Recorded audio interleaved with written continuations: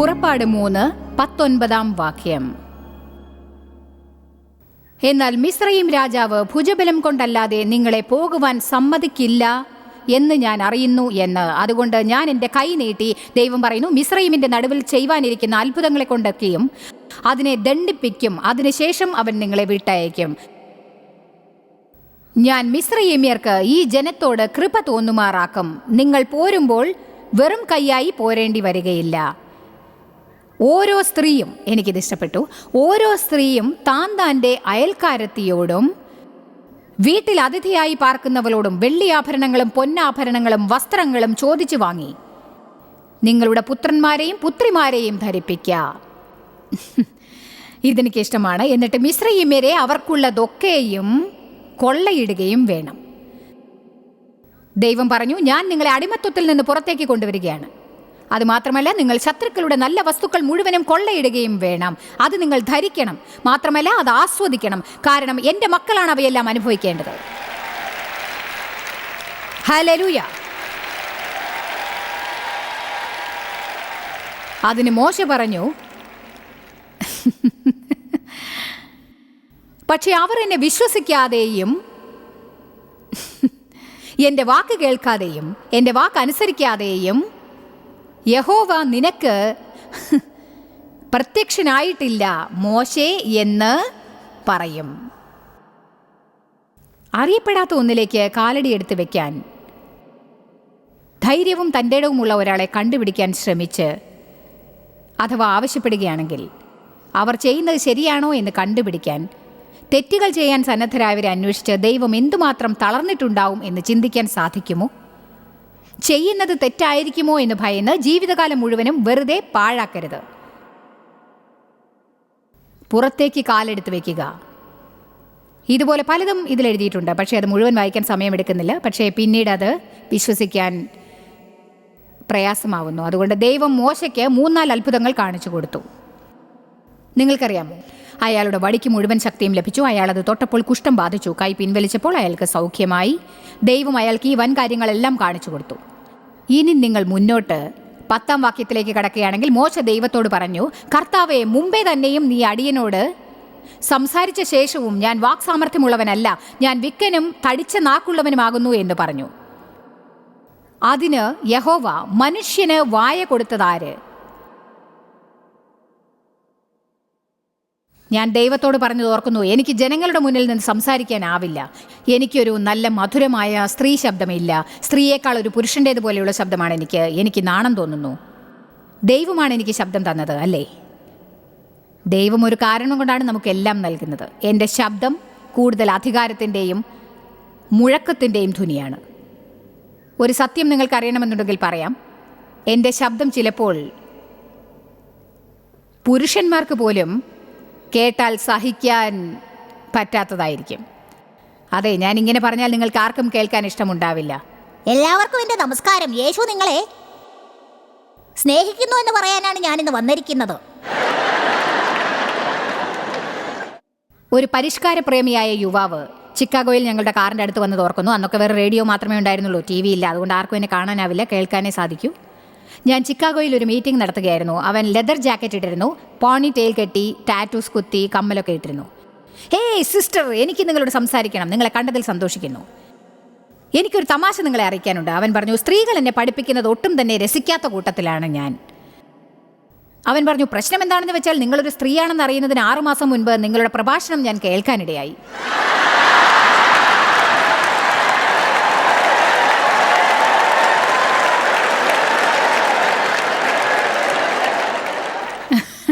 അവൻ പറഞ്ഞു, അപ്പോഴേക്കും ദൈവത്തോട് വഴക്കിടാൻ സമയം വൈകി. കാരണം നിങ്ങളുടെ ജീവിതത്തിലുള്ള അഭിഷേകം എൻ്റെ ജീവിതത്തെ മാറ്റിയിരുന്നു. ആമേൻ. ഞാൻ കഴിഞ്ഞ വർഷം ഫേഷ്യൽ ചെയ്യാൻ വേണ്ടി ഒരു സ്പായിൽ വിളിച്ചു.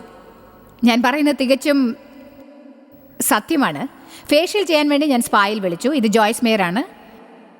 എനിക്കവിടെ ഫേഷ്യൽ ചെയ്താൽ കൊള്ളാമെന്നുണ്ട്. ആ സ്ത്രീ ചോദിച്ചു, നിങ്ങളുടെ മുഖത്ത് രോമമുണ്ടോ? അവർ എന്താണ് ചോദിച്ചത് എന്ന് എനിക്ക് ശരിക്കും മനസ്സിലായിരുന്നില്ല. ഞാൻ കരുതി, അതെ, എനിക്ക് കൺപീലികളുണ്ട്, പിന്നെ എനിക്ക് പുരികമുണ്ട്. എന്നിട്ട് ഞാൻ കരുതി എല്ലാവർക്കും മുഖത്ത് സാധാരണ ഈ രോമങ്ങളൊക്കെ ഉള്ളതല്ലേ. ഞാൻ പറഞ്ഞു, കുറച്ചൊക്കെ ഉണ്ട്. അവൾ ചോദിച്ചു, അല്ല താടിയോ ഗൃതിയോ ഉണ്ടോ എന്നാണ് ഞാൻ ചോദിച്ചത്.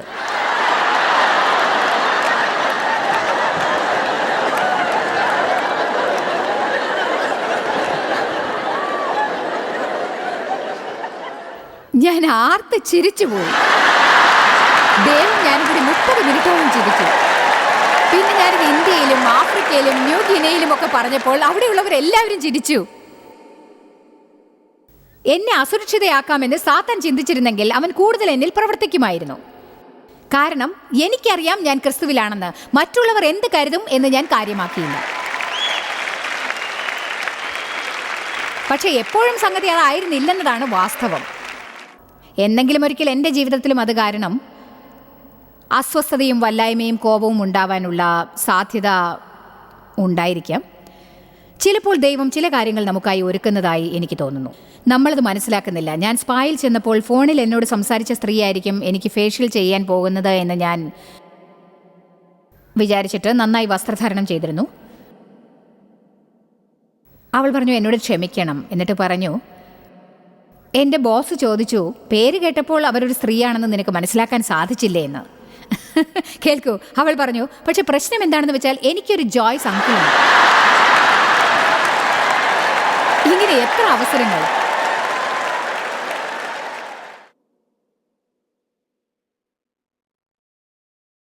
മറ്റുള്ളവർക്കുള്ളതെല്ലാം നിങ്ങൾക്കില്ലെന്ന് പറഞ്ഞ് സാത്താൻ നിങ്ങളെ നിരുത്സാഹപ്പെടുത്താൻ അവസരം കൊടുക്കാൻ പാടില്ല.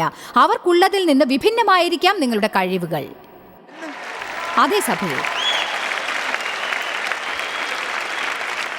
മോശ താൻ ആരല്ല എന്ന് പറഞ്ഞുകൊണ്ടേയിരുന്നു.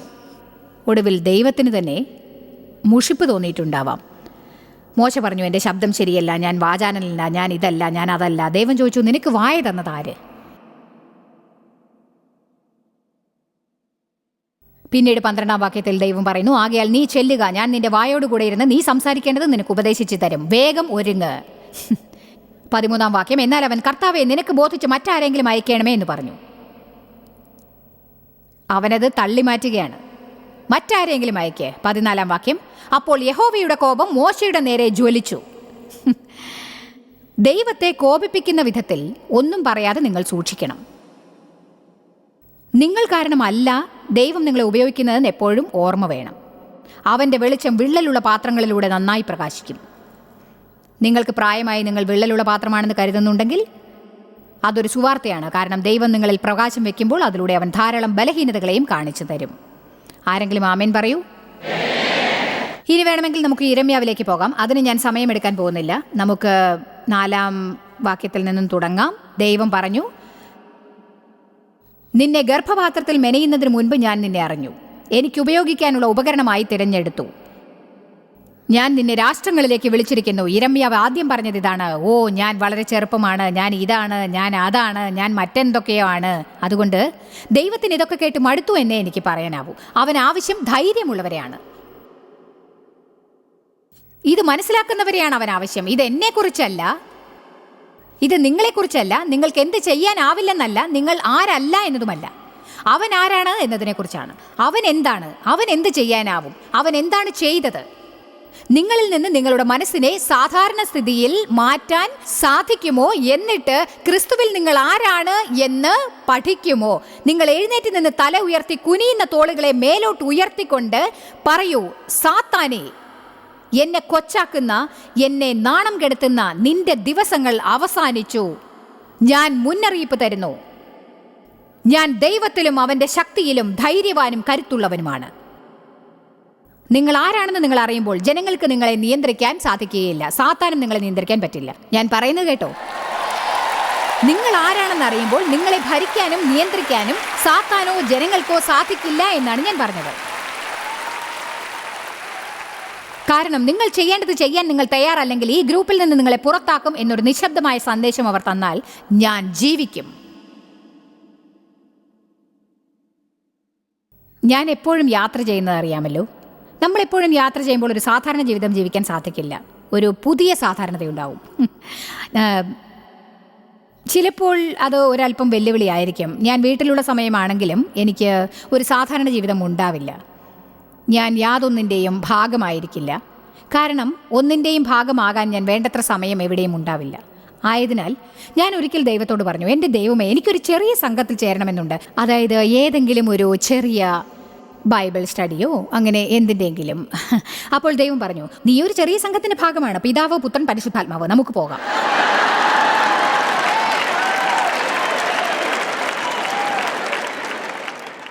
അതോടെ ആ കാര്യം ശരിയായി. ഞാൻ പോകുന്നിടത്തെല്ലാം എനിക്കൊരു സംഘമുണ്ട്. ആമേൻ. പിതാവ്, പുത്രൻ, പരിശുദ്ധാത്മാവ്. അതെ, നിങ്ങളെക്കുറിച്ച് സഹതപിക്കുന്നത് ഇനിയെങ്കിലും നിർത്തൂ. ക്രിസ്തുവിൽ നിങ്ങൾ ആരാണെന്ന് അറിയൂ. ഉയർന്നു നിൽക്കൂ. എനിക്കെന്താണ് സംഭവിച്ചത് എന്ന് നിങ്ങൾക്കറിയില്ല. ജനങ്ങൾ എന്നോട് എങ്ങനെയാണ് പെരുമാറിയതെന്ന് അറിയാമോ? ഞാൻ വളർന്നപ്പോൾ എന്താണ് സംഭവിച്ചത് എന്നറിയാമോ? ഞാൻ എത്ര പ്രാവശ്യം തോറ്റെന്നറിയാമോ? ശരി, കുടഞ്ഞു കളയൂ. നിങ്ങളോട് തന്നെ വ്യക്തമായി സംസാരിക്കൂ. ഈ വചനം എടുത്ത് വായിക്കൂ. എന്നിട്ട് പറയൂ, ഞാൻ പണ്ട് എത്ര പ്രാവശ്യം തോറ്റാലും സാരമില്ല, ഇന്നൊരു പുതിയ ദിവസമാണ്. ഒരുവൻ ക്രിസ്തുവിലായാൽ. എവിടെ? ക്രിസ്തുവിൽ. ആരാണ് ഒരുവൻ? അതിൽ സ്ത്രീയും ഉൾപ്പെടുന്നു. ഒരുവൻ ക്രിസ്തുവിലായാൽ. എവിടെ? ക്രിസ്തുവിൽ.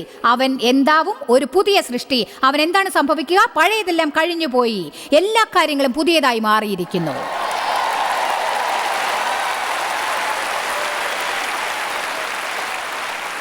യേശുവിൽ ഏത് ദിവസവും ഒരു പുതിയ തുടക്കം. ആമേൻ. നിങ്ങൾ പറയും, നോക്കൂ, ഞാൻ വിവാഹം കഴിച്ചത് എന്നെ തിരസ്കരിച്ച മറ്റൊരു സ്ത്രീയുടെ കൂടെ ഓടിപ്പോയ ഒരു മനുഷ്യനെയാണ്. ഞാൻ ഒന്നിനും കൊള്ളാത്തവളാണെന്ന് എനിക്കറിയാം. അഥവാ അത് നേരെ തിരിഞ്ഞായിരിക്കാം. മറ്റൊരാളുടെ കൂടെ ഓടിപ്പോയത് നിങ്ങളുടെ ഭാര്യയായിരിക്കാം, നിങ്ങൾ മനസ്സുടഞ്ഞ ഭർത്താവായിരിക്കാം. നിങ്ങൾക്കറിയാമോ, ഇവയിലൂടെ എല്ലാം സാത്താൻ നിങ്ങളെ ബോധ്യപ്പെടുത്തിയിട്ടുണ്ടാവും. നീ ഇങ്ങനെയല്ല, നീ അങ്ങനെയല്ല, നീ മറ്റു ചിലരെ പോലെയല്ല. നിങ്ങൾ സ്വയം കുടഞ്ഞു കളഞ്ഞ് പറയണം, നിങ്ങൾക്കറിയാമോ, അവർ മണ്ടന്മാരായിരുന്നു. കാരണം ഞാനൊരു നല്ല ഇരയായിരുന്നു.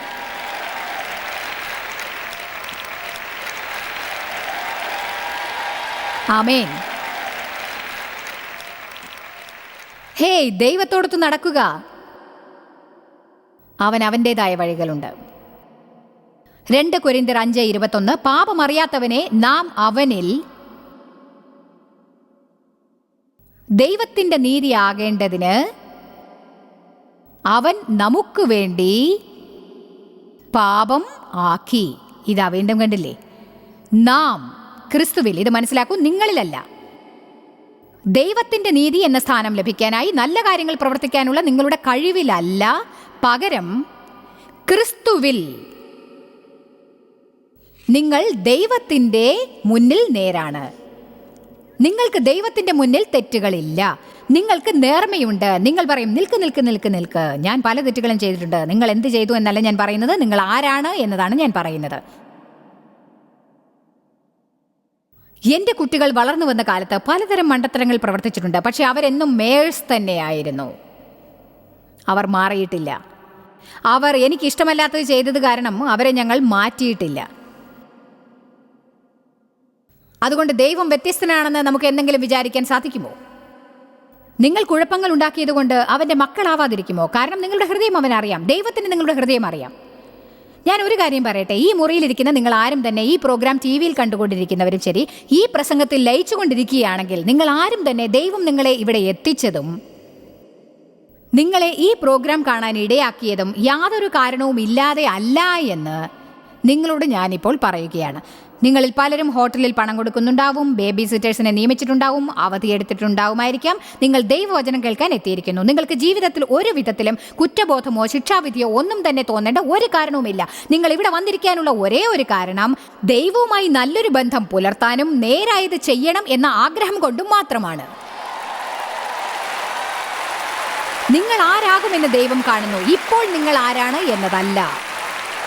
അവൻ തുടക്കത്തിൽ നിന്ന് അവസാനം കാണുന്നു. അതിനാൽ അഴുക്കുകൾ കുടഞ്ഞു കളയൂ. സാത്താൻ നിങ്ങളിൽ കരിവാരി തേക്കുകയാണ്. നിങ്ങളൊരു ജേതാവാകുന്നത് തടയാനാണ് അവൻ ശ്രമിക്കുന്നത്. നിങ്ങൾ സന്തോഷിക്കുന്നതിൽ നിന്നും, വിധിയെ പൂർത്തിയാക്കുന്നതിൽ നിന്നും, സമാധാനമായിരിക്കുന്നതിൽ നിന്നും അവൻ തടയുകയാണ്.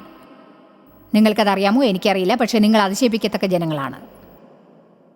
അപ്പോസ്തലനായ പൗലോസ് മനോഹരമായ ഒരു കാര്യം പറയും. ഞാൻ ഇന്ന് വിശ്രമിക്കുമ്പോൾ ദൈവം ഈ വചനം എന്നെ ഓർമ്മിപ്പിച്ചു. എന്നിട്ട് ഞാനത് ഇന്നത്തെ സന്ദേശത്തിൽ ചേർത്തു. ഫിലിപ്പിയർ 3:9 പൗലോസ് പറഞ്ഞു, ഞാൻ ക്രിസ്തുവിനെ നേടേണ്ടതിനും ന്യായപ്രമാണത്തിൽ നിന്നുള്ള എൻ്റെ സ്വന്തം നീതിയല്ല, ക്രിസ്തുവിങ്കലുള്ള വിശ്വാസം മൂലം ദൈവം വിശ്വസിക്കുന്നവർക്ക് വേണ്ടി നൽകുന്ന നീതി, ഞാൻ അവനിൽ ഇരിക്കേണ്ടതിനും അവൻ്റെ മരണത്തോട് അനുരൂപപ്പെട്ടിട്ട് അവനെയും അവൻ്റെ പുനരുത്ഥാനത്തിൻ്റെ ശക്തിയെയും കൂട്ടായ്മയും അനുഭവിച്ചറിയേണ്ടതിനും. കാരണം വാസ്തവം എന്താണെന്നാൽ, നമ്മൾ എത്ര തന്നെ നല്ലവരായി പെരുമാറിയാലും ദൈവത്തിൻ്റെ സാന്നിധ്യത്തിങ്കൽ വരാനുള്ള നന്മ നമുക്കൊരിക്കലും ഉണ്ടായിരിക്കുകയില്ല. കാരണം അവൻ വിശുദ്ധനാണ്.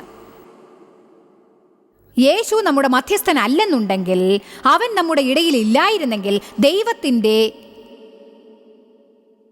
പരിശുദ്ധത നമ്മെ നശിപ്പിച്ചിട്ടുണ്ടായിരിക്കും. ഇത് അത്ഭുതകരമാണ്. അതിനാൽ ദൈവവുമായിട്ടൊരു ബന്ധം സ്ഥാപിക്കാനാവുമെന്ന് നമുക്കൊരിക്കലും പ്രതീക്ഷിക്കാനാവില്ല. നമ്മുടെ നീതി അതിന് പ്രയോജനപ്പെടുകയില്ല. എന്നിട്ടും നേരായ കാര്യങ്ങൾ ചെയ്യാനും നീതിയെ പിന്തുടരണമെന്നും നമ്മെ പ്രോത്സാഹിപ്പിക്കുന്നു. എന്നാൽ ദൈവത്തിൽ നിന്ന് എന്തെങ്കിലും നേടാനായി നാം നീതിയെ പിന്തുടരാൻ പാടില്ല. നമുക്ക് ദൈവത്തിൽ ഉള്ളതിനായിട്ടാണ് നീതിയെ പിന്തുടരേണ്ടത്. നിങ്ങൾക്ക് മനസ്സിലായിട്ടില്ലല്ലേ? ആദ്യം അവൻ നമ്മെ സ്നേഹിക്കുന്നു, അതിനുശേഷം നമ്മൾ നേരായത് ചെയ്യണമെന്ന് ആഗ്രഹിക്കുന്നു. കാരണം നമ്മൾ അവനെ സ്നേഹിക്കാൻ വേണ്ടി അല്ല അവൻ നമ്മെ സ്നേഹിക്കുന്നത്. ഞാൻ ജീവിതത്തിൽ എല്ലാ ദിവസവും എഴുന്നേൽക്കും, എന്നിട്ട് തികവിന്റെ പരിധിയിലെത്താൻ അധ്വാനിക്കും. അപ്പോസ്തലനായ പൗലോസ് പറഞ്ഞതുപോലെ, യേശു മരിച്ച് എനിക്ക് വേണ്ടി കരുതിയതെല്ലാം സ്വന്തമാക്കാനായി ഞാൻ മുന്നോട്ട് തള്ളിക്കയറും. ഞാൻ വായയെക്കുറിച്ച് പഠിച്ചുകൊണ്ടിരിക്കും, അതുകൊണ്ടുണ്ടാവുന്ന ഭവിഷ്യത്തുകളെക്കുറിച്ചും. ഞാൻ സ്വാർത്ഥതയെയും സ്വകേന്ദ്രീകൃതതയെയും കുറിച്ച് പഠിച്ചുകൊണ്ടിരിക്കും. പരിശുദ്ധാത്മാവിനെ തിരുത്താനായി ഞാൻ അനുവദിച്ചുകൊണ്ടിരിക്കും. ഞാൻ മനസ്താപപ്പെടും, കൂടുതൽ വായിക്കും. ഞാൻ വളർന്നുകൊണ്ടേയിരിക്കും. പക്ഷേ കുറ്റബോധത്തിന്റെ തോന്നലുകൾ കൊണ്ട് ഇനി സമയം ഞാൻ പാഴാക്കുകയില്ല. ഞാനിപ്പോൾ സാത്താന്മാരെ കോപിപ്പിച്ചുകൊണ്ടിരിക്കുകയാണ്. നിങ്ങൾ കുറ്റബോധത്തിനായി ഉണ്ടാക്കപ്പെട്ടവരല്ല. അത് നിങ്ങളെ കൊല്ലും. അത് നിങ്ങളുടെ DNA-യിൽ ഇല്ല. അത് നിങ്ങളിൽ നിന്ന് എല്ലാം കവരുന്നു, നിങ്ങളെ രോഗികളാക്കുന്നു. അത് നിങ്ങളുടെ സമാധാനം മോഷ്ടിക്കുന്നു, നിങ്ങളുടെ മനസ്സിനെ കുഴപ്പത്തിലാക്കും, മറ്റുള്ളവരുമായി കൂട്ടുകൂടാൻ അനുവദിക്കില്ല. മാത്രമല്ല, നിങ്ങളെ വളരാനും അത് അനുവദിക്കില്ല. നിങ്ങൾ ദൈവ പൈതലാണെങ്കിൽ ഈ നിമിഷം തന്നെ ദൈവം നിങ്ങളെ കാണുന്നുണ്ട്. നിങ്ങൾ അവനുമായി നേരായ നിലയിലുള്ളതാണ് അവൻ കാണുന്നത്. അതിന് കാരണം നിങ്ങൾ ചെയ്ത പ്രവൃത്തികളൊന്നുമല്ല. പകരം നിങ്ങളൊരു ചെറിയ കുട്ടിയെ പോലെ വന്ന് പറഞ്ഞിരിക്കുന്നു, ഒരു അത്ഭുതത്താൽ നീ എന്നെ നിന്റെ കൂടെ നേരെയാക്കി എന്ന് ഞാൻ വിശ്വസിക്കുന്നു. ആ നീതിയിൽ ഞാൻ ഇനി നടക്കുന്നതാണ്. നീതി ധരിക്കുവിൻ. നിങ്ങളത് അണിയുമ്പോൾ അത് നിങ്ങളെ ശത്രുവിൽ നിന്ന് സംരക്ഷിക്കും. ബൈബിൾ എഫേസ്യർ 6 പറയുന്നു, നമുക്ക് ധരിക്കുവാനായി ആവശ്യമുള്ള പടച്ചട്ടകൾ നൽകിയിട്ടുണ്ട് എന്ന്. താൻ ആരാണെന്ന് അറിഞ്ഞിരുന്നില്ലെങ്കിൽ ഗോലിയാത്തിനെ തോൽപ്പിക്കാൻ ദാവീദിന് സാധിച്ചിട്ടുണ്ടാവുമെന്ന് നിങ്ങൾക്ക് തോന്നുന്നുണ്ടോ? ദൈവത്തെ വിശ്വസിച്ചിരുന്നില്ലെങ്കിൽ അത് സാധ്യമാകുമോ? താൻ ചെറുതാണ് എന്ന സഹോദരന്മാരുടെ അവഹേളനം അവൻ കാര്യമാക്കിയിരുന്നെങ്കിൽ ഒരിക്കലും ശത്രുവിനെ തോൽപ്പിക്കാൻ അവന് സാധിക്കില്ലായിരുന്നു. പക്ഷേ അവൻ നീതിയെ ധരിച്ചു. നിങ്ങൾ എഴുന്നേൽക്കുമ്പോൾ ദിവസവും നീതി ധരിക്കണം. യേശുവിൽ നിങ്ങൾ ആരാണെന്ന് സ്വയം ഓർമ്മിപ്പിക്കണം.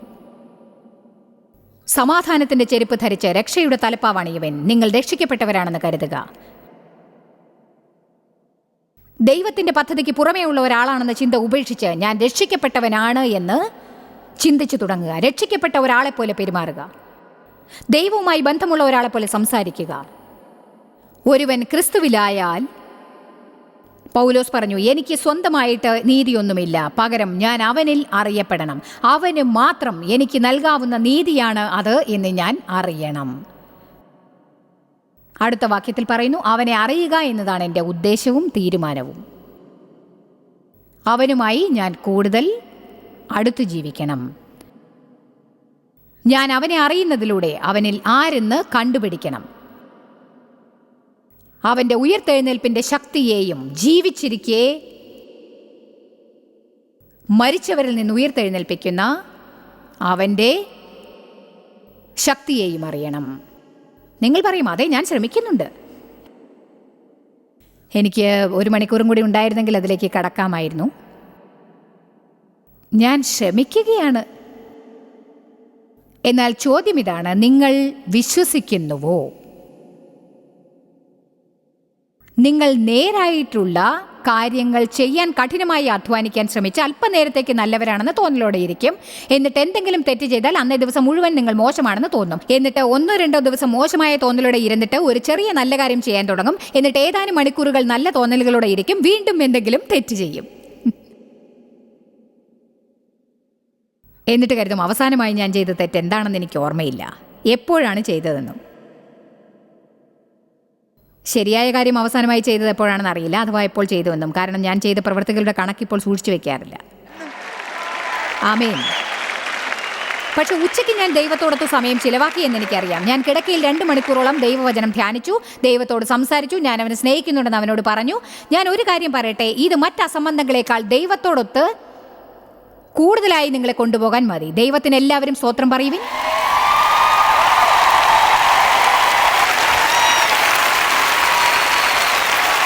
ഞാൻ പാപത്തെക്കുറിച്ച് ചിന്തിക്കുന്നില്ലെന്ന് പറയുകയാണോ? അതിനോട് മുഷിപ്പൻ മനോഭാവമാണെന്ന് പറയുകയാണോ? അല്ല അല്ല അല്ല അല്ല അല്ല. ഞാൻ ആരോടെങ്കിലും മോശമായി പെരുമാറിയാൽ അതെന്നെ വളരെയധികം വേദനിപ്പിച്ചുകൊണ്ടേയിരിക്കും. ദൈവത്തിൻ്റെ ഹൃദയത്തെ വേദനിപ്പിക്കുന്നതൊന്നും ചെയ്യുന്നത് എനിക്കിഷ്ടമല്ല. പക്ഷേ ഞാൻ ഒന്ന് പറയട്ടെ, ഞാൻ 32 വർഷം ബൈബിൾ പഠിച്ചിട്ടുണ്ട്. ഞാൻ നേരായി പെരുമാറുമ്പോഴുള്ളതിനേക്കാൾ കൂടുതൽ ദൈവം എന്നെ സ്നേഹിക്കില്ല എന്നെനിക്കറിയാം. ഞാൻ തെറ്റുകൾ ചെയ്യുമ്പോൾ അവൻ്റെ സ്നേഹം കുറയില്ല. അവൻ എന്നെ സ്നേഹിക്കുന്നത് കൊണ്ട് നിങ്ങൾ ശരിയോ തെറ്റോ എന്തെങ്കിലും ചെയ്യുന്നതിന് മുൻപ് അവൻ നിങ്ങളെ സ്നേഹിച്ചിട്ടുണ്ട്.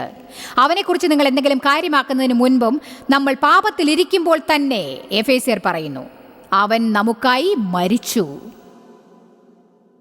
നമ്മുടെ ജീവിതത്തിൽ അവൻ്റെ ശക്തി നമ്മെ അവൻ കാണിച്ചു തരണമെങ്കിൽ നാം അവനെ എന്തുമാത്രം അധികമായി സ്നേഹിക്കേണ്ടതാണ്. നിങ്ങളുടെ മണ്ടത്തരങ്ങളെ കുടഞ്ഞു കളയാതിരിക്കുന്നിടത്തോളം ദൈവത്തിൻ്റെ ശക്തി നിങ്ങളുടെ ജീവിതത്തിൽ അനുഭവിക്കാൻ സാധിക്കില്ല.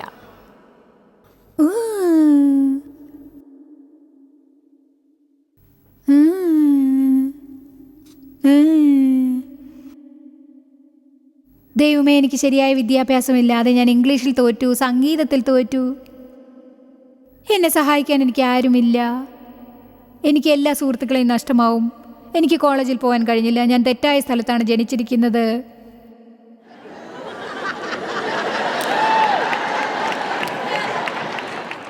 ഞാൻ ഗിദെയോനെ പോലെ ചെറുതാവാൻ പോവുകയാണെന്ന് തോന്നുന്നു.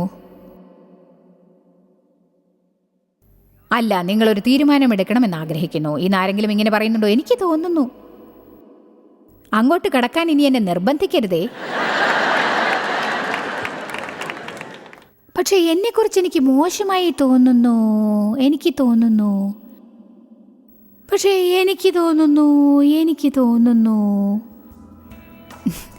നിങ്ങൾക്ക് എന്തു തോന്നുന്നു എന്നതിനെക്കുറിച്ച് ചിന്തിക്കുന്നത് നിർത്തൂ. ദൈവത്തിൻ്റെ വചനം പറയുന്നത് പ്രകാരം നിങ്ങൾ ജീവിക്കാൻ തുടങ്ങൂ. അതാണ് ക്രിസ്തുവിലാവുക എന്നതിൻ്റെ അർത്ഥം. നിങ്ങൾ നിങ്ങളെ സന്തോഷിക്കണമെങ്കിൽ ക്രിസ്തുവിൽ നിങ്ങൾ ആരാണ് എന്ന് നിങ്ങൾ അറിയണം. എന്നിട്ട് വിശ്വാസത്താൽ ദൈവം നിങ്ങൾക്കായി ചെയ്തതെല്ലാം സ്വീകരിക്കുന്നത് എങ്ങനെ എന്ന് പഠിക്കണം. സാത്താൻ്റെ നുണകൾ ശ്രദ്ധിക്കാതിരിക്കാൻ നാം പഠിക്കണം. അവൻ നമ്മോട് ധാരാളം നുണകൾ പറയും. അതുപോലെ നമ്മുടെ വികാരങ്ങൾ നമ്മെ നിയന്ത്രിക്കാനും വിലമതിപ്പിനെക്കുറിച്ച് പറയാനും അനുവദിക്കരുത്. മറ്റുള്ളവർ പറയുന്നത് കേൾക്കരുത്. നിങ്ങളുടെ മതിപ്പും മര്യാദയും തീരുമാനിക്കാൻ അവരെ അനുവദിക്കരുത്. പകരം ദൈവവചനം പറയുന്നത് ശ്രദ്ധിക്കൂ. യേശുവിൻ്റെ രക്തത്തിലൂടെ നിങ്ങൾ നേടിയിരിക്കുന്ന നീതിയെ വിശ്വസിക്കുക. അവിടെയാണ് നിങ്ങൾ സന്തോഷവും ആനന്ദവും കണ്ടുപിടിക്കുക. ജോയ്സ് മേയറുടെ ശുശ്രൂഷാ കേന്ദ്രത്തിൽ നിങ്ങൾ അറിഞ്ഞതിനേക്കാൾ നിങ്ങൾ ഞങ്ങൾക്ക് വളരെ പ്രിയപ്പെട്ടവരാണ്. ലോകം മുഴുവൻ ഈ ശുശ്രൂഷാ കേന്ദ്രത്തെ നടത്താൻ സഹായിച്ചതിൽ എല്ലാവർക്കും വളരെ നന്ദി. നമ്മൾ ഒരുമിച്ച് വിശക്കുന്നവർക്ക് ആഹാരം കൊടുക്കുന്നു, പാവപ്പെട്ടവർക്ക് വസ്ത്രങ്ങൾ കൊടുക്കുന്നു, എല്ലാ ദേശത്തേക്കും സന്ദേശങ്ങൾ അറിയിക്കുന്നു. ഞങ്ങൾ നിങ്ങളോട് അപേക്ഷിക്കുകയാണ്. ഞങ്ങളോട് ബന്ധപ്പെടുക. joycemeyer.org. നിങ്ങളുടെ പ്രാർത്ഥനകളും അപേക്ഷകളും പകർന്നുകൊള്ളാൻ, അതിനെപ്പറ്റി കൂടുതൽ അറിയുവാൻ, ജോയ്സിന്റെ പൊതുയോഗ വിവരപ്പട്ടിക ലോകം മുഴുവൻ ക്രിസ്തുവിന്റെ സ്നേഹം പകരാൻ ഞങ്ങളോട് പങ്കുചേരുക.